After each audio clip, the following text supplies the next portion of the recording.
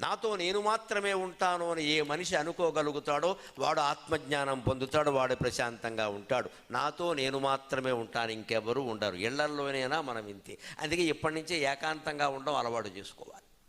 ఇంట్లో అందరూ ఏదైనా పేరెంట్ అనకో పెళ్ళికో వెళ్ళి నువ్వు ఒక్కడివి ఉండి ఇక్కడ కాపలా కాసుకుంటాడు, ఇంతకంటే అదృష్టం లేదు, మీరు వెళ్ళిపోండి అని చెప్పాలి. వెళ్ళగానే తలుపేసేయాలి. నన్ను తీసుకెళ్ళట్లేదు నన్ను ఎవరో పట్టించుకోవడం. యమధర్మరాజు పట్టించుకుంటాడు త్వరలో, కంగారు పడక. ఏడు పట్టించుకునేది? మనం ఎవడు పట్టించుకోకపోతే మనం కూడా వాళ్ళని పట్టించుకోకలేదు కదా.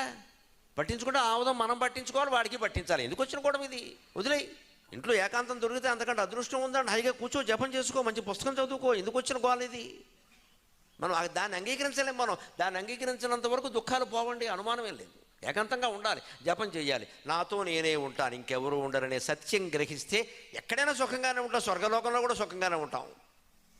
వీరుండాలి వారు ఉండాలి అనుకోబట్టే బంధాలు ఎక్కువ అవుతున్నాయి. ఎక్కడ